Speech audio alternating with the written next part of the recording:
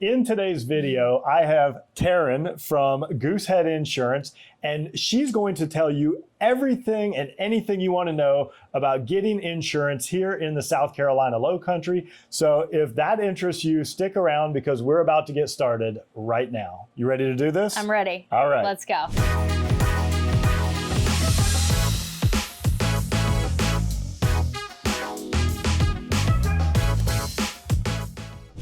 Do you want to know everything there is to know about the South Carolina Lowcountry, whether it's Bluffton, Beaufort, Hilton Head Island, or Jasper County? Then subscribe below and tap that bell for notifications so you'll be the first to know about everything happening here.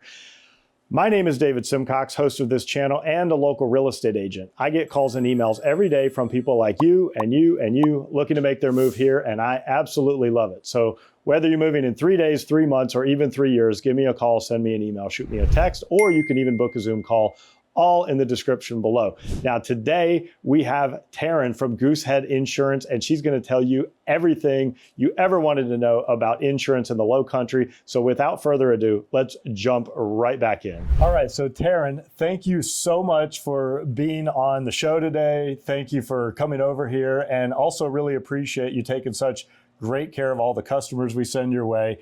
Goosehead is one of the insurance companies, and it is our primary referral right now because they treat our clients the same way we treat our clients. But let's just jump right into it.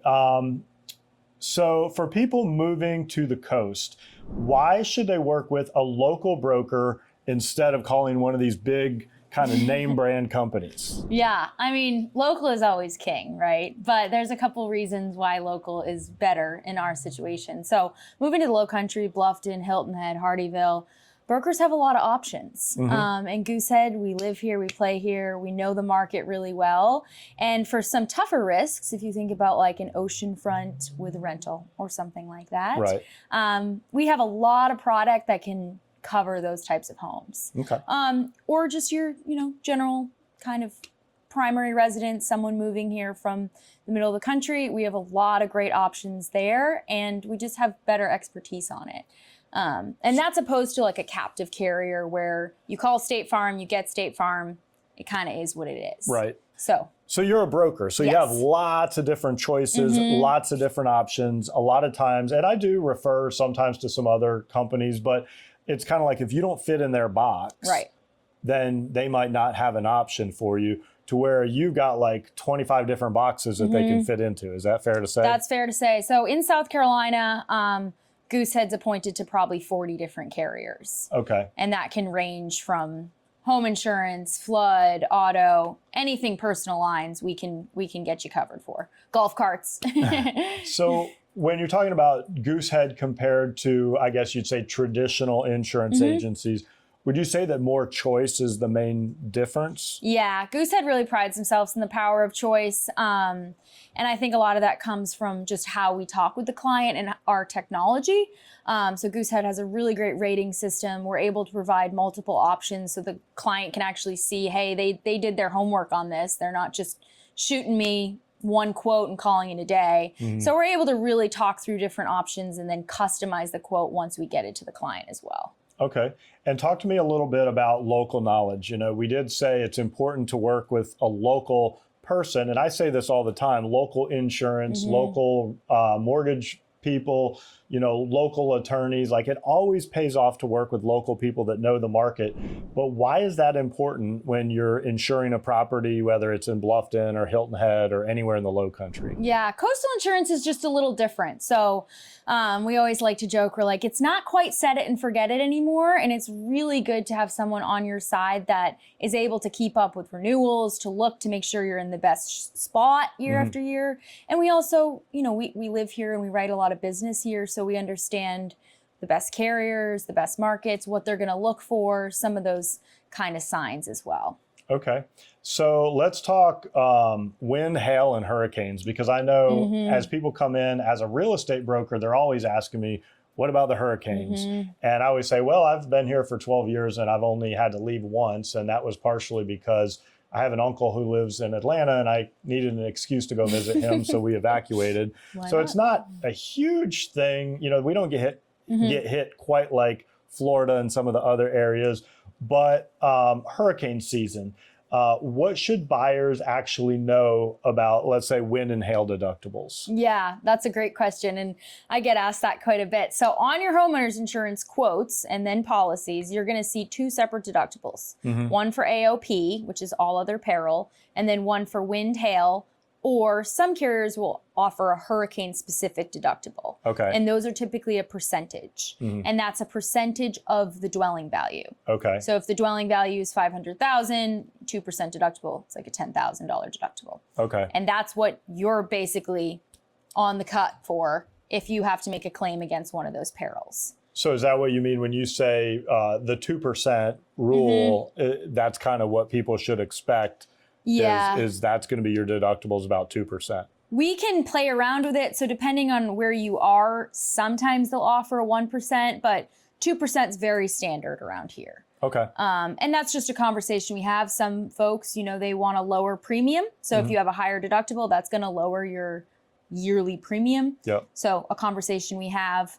But little tip too is if you can get a named storm deductible or a hurricane standalone deductible, it's definitely a more risk adverse solution. Okay. Because you'd only pay that higher deductible if it was a named storm or a hurricane. Okay. Wind events would fall under the lower one. Gotcha. Common mistakes or surprises that buyers face after a major storm? Yeah, no, that's a good question. I mean, knock on wood, last year we kind of got skirted from the storms, but a lot of the times it's just going to be really assessing. So like before a hurricane, go through all your policy coverages, make sure everything's, properly covered, take photos if you know something's coming in, and then just talk to your agent after if there's going to be any sort of damage, that's caused. But if you know there's a storm coming, I would just say document everything and make sure you understand what's on your policy. Okay. Let's talk about flood insurance for a minute. So if you have a mortgage, you may or may not be required to have flood insurance, depending on what flood zone you're in. Just because you live in a flood zone does not mean your house is going to flood, by the way. There are many neighborhoods and many homes that require flood insurance if you have a mortgage. And most of the time, it's not so expensive that people let it get in the way of finding and purchasing the house that they're in love with. They just have to realize that's an extra possible expense, and in some cases a minimal expense, and sometimes a little bit more. But do you really need flood insurance? I mean, if you live in a flood zone, is it really going to flood? So we kind of say everywhere's a flood zone, whether it's high risk or low risk. And how I'm going to explain this is, so there's a map, and it's going to say, okay, this house is in an AE zone, which is high risk. That's going to be required by the lender. Your lender's going to say, okay, if you want to close in this house, I need to see proof that you have flood insurance. That's one case scenario.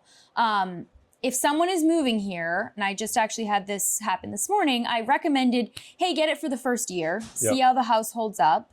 If you're high and dry, cancel it next year, right? Like, it's up to you and your level of comfortability, but flood is excluded from your homeowners, and flood is any external water rising. Okay. So again, whether it's high risk or low risk, there's still chances that that's going to happen to your house. Okay.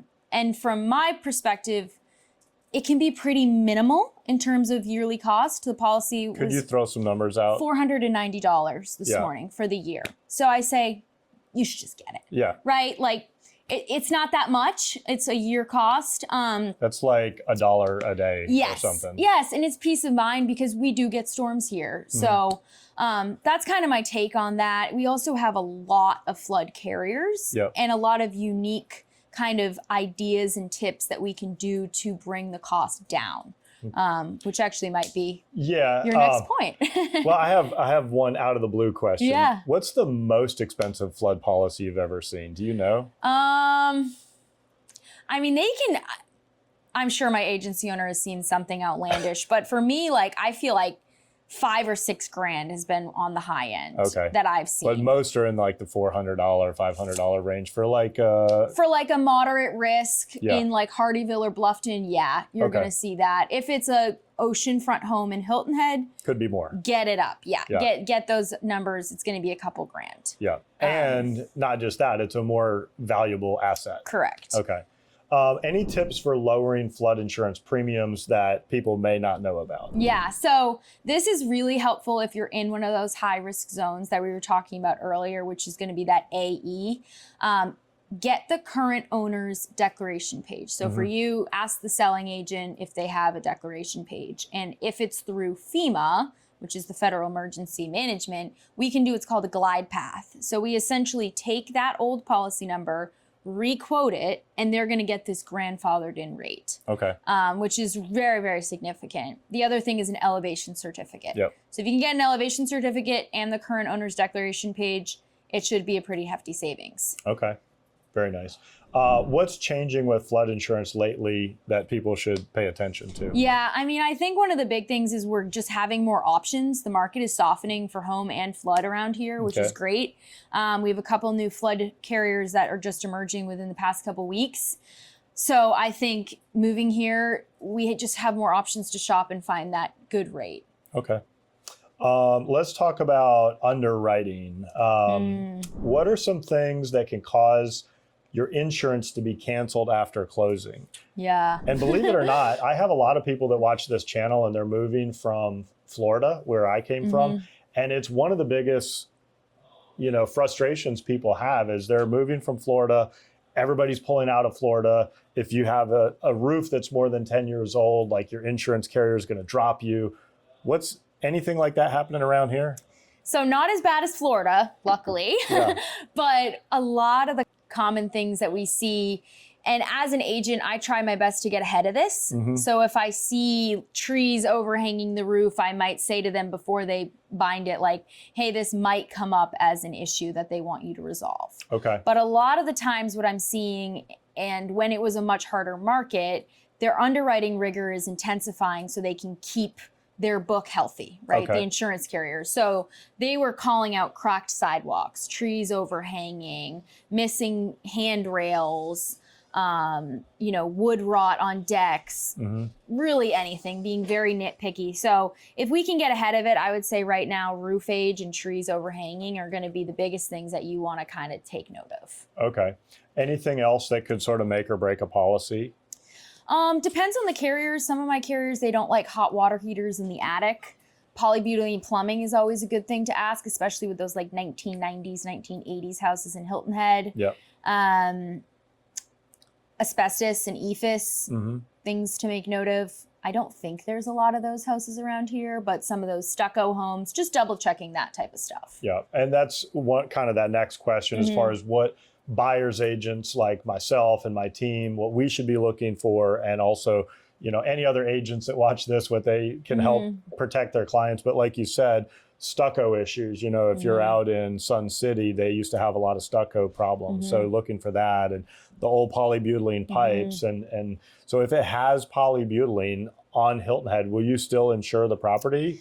So we have carriers that will insure it, but they're not going to cover the poly. So they're not going to cover. They exclude that. Yes. Okay. So you can close, but we always recommend, we work like, there's a couple of plumbing agencies that kind of specialize in removing the poly. Yep. We'd say try to get it out. We can get you a policy, but if it doesn't cover water damage internally, that's kind of a big thing. could they get, like, if the seller wasn't willing to change out the polybutylene pipes? And what you guys are hearing us talk about is these old gray pipes that they used in Hilton Head back in like the 80s and 70s and before. And then they stopped using them because they were prone to leaks. And so if the seller's not willing to do it, you can insure it. Then the buyer can come in, they can switch out all the poly, and then just put a new policy on it and get a better deal. Correct. You don't even need to technically put a new policy on it, depending on what carrier we choose. You basically tell the carrier, hey, poly's been removed. Here's the invoice. They'll add the water coverage back on. Okay. So it can be a pretty simple fix. I've had a lot of people do that. They'll remove it pretty quickly after closing. Okay. So getting set up for success. If somebody's moving here to the South Carolina Lowcountry, what should they be thinking about from day one to make sure they don't have any insurance headaches? Yeah, that's a good question.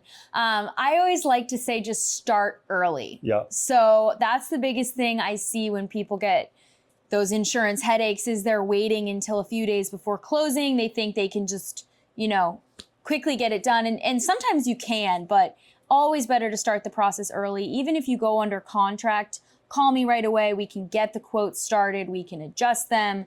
And that will just save a lot of time. Once you're closing, it's one thing done. Do you ever have people get a quote before they make an offer because they want to know that they can actually afford the insurance payments with their principal, interest, taxes, insurance, that sort of debt to income ratio? They need to know that they can afford the insurance to make the deal go? I do. Yeah, I definitely do. I'll have people call to check on the flood zone or to just get like a rough estimate on, hey, how much is this, property going to be? Because again, it could make or break if they can afford it. So if somebody's watching this and they are ready to move forward, what paperwork do they need to have ready for you to kind of get things rolling? Yeah, so it's very, very simple. I really just need name, the address you're under contract on or looking at, date of birth, and your current address. Okay. That's the bare bones to get a quote. Depending on the age of the home, some of the big factors will be that roof age. Okay. And whether it's primary or secondary. Okay. So try to keep it straightforward. Any other small upgrades or changes that can make a big difference in premiums and or coverage? Yeah, so one of the discounts, I'm thinking of a specific carrier, but they'll offer discount for tankless hot water heaters, which is great. We have auto companion discount. So being a broker, I could write your auto insurance with Progressive in your home with Orion 180 or a different carrier. That's a discount. Hip roofs are a really big discount here, which is when they almost look like a Pizza Hut. Along with like a fortified roof, a new roof it's a really big thing around here. Okay. Okay. Do you mind if we get personal for a minute? Sure. All right. Thank you. Thank you for being welcome. such a good sport here. So what inspired you personally to get into the insurance industry, and why did you choose Goosehead? Yeah, that's great. So my grandpa was in insurance, personal lines for my whole life. And I had some other family in insurance, and I moved here. So I grew up in Massachusetts. I probably mentioned that. So my husband's in the military, and I was doing a sales job in Boston and kind of just was looking around for jobs in this area. I got connected with my agency owner, Meg, and she's amazing. She's like the best boss ever. She's so incredible. And once I had a conversation with her, I was like, okay, I can see myself doing this. I can see myself making difference. I also just love talking to people about their house. Okay. It's fun. All right. All right, cool. What's something interesting about your background that either might just be interesting to the folks out there or maybe in a way could help them? I mean, I know you've had to relocate a few times for military, and so I'm sure that kind of plays into it. Working with people that are moving and relocating from somewhere else. But is there anything else that sort of plays into, your personal story? I mean, I'm a big sports person. That's something about my background. I played college soccer. I've done 3 marathons. I compete in CrossFit. So insurance in my job, same with real estate, like just getting slightly some flexibility still allows me to pursue some of my personal passions, which is really great. And just relocating in general, moving here was super seamless. And I think this community of the Lowcountry is just so wonderful. So it's a good place to relocate. All right. So that takes us to the very last question. I know you mentioned fitness and some other things. When you're not helping families protect their homes and their families, what do you guys like to do for fun in the South Carolina Lowcountry? I mean, there's a lot. Like we have some friends who have a boat. So when we can get out on the boat, that's always good. Doesn't happen every weekend, but we'll go to the beach all the time. Running and biking around the beach is fun. Savannah has a lot to offer. Farmers markets. There's lots of good stuff. Well, cool. So what's the best way for people to get in contact with you? Yeah, so I would say my email is great. I'm always looking at it. So it's going to be taryn.lynch@goosehead.com. You'll probably want to spell that for them. Yeah, TARYN. Lynch, LYNCH @goosehead.com. Okay. And then my cell phone, which is 978-460-4692. Sounds great. Well, thank you for being on the show today, and thank you for taking such great care of our customers. And I look forward to a long and mutually beneficial business relationship with you. And I know you're going to continue to hit home runs out of the park with your career. You're definitely of value to our business here. And thank you again for being on. Thank you. Thank you. Yeah. All right. Thank you so much for staying to the end of the video. I hope you enjoyed meeting Taryn and learning everything you needed to know about insurance here in the South Carolina Lowcountry. And of course, if you want to stay up to date with the latest and greatest happening here, be sure and like, subscribe, and tap that bell for notifications so you'll know every time we drop a new video. And if we can help you find your own Lowcountry lifestyle, give us a call, send us an email, shoot us a text, or you can always book a Zoom call, all in the description below. As always, I hope to meet you in person at some point, but if not, I will at least see you on the next video.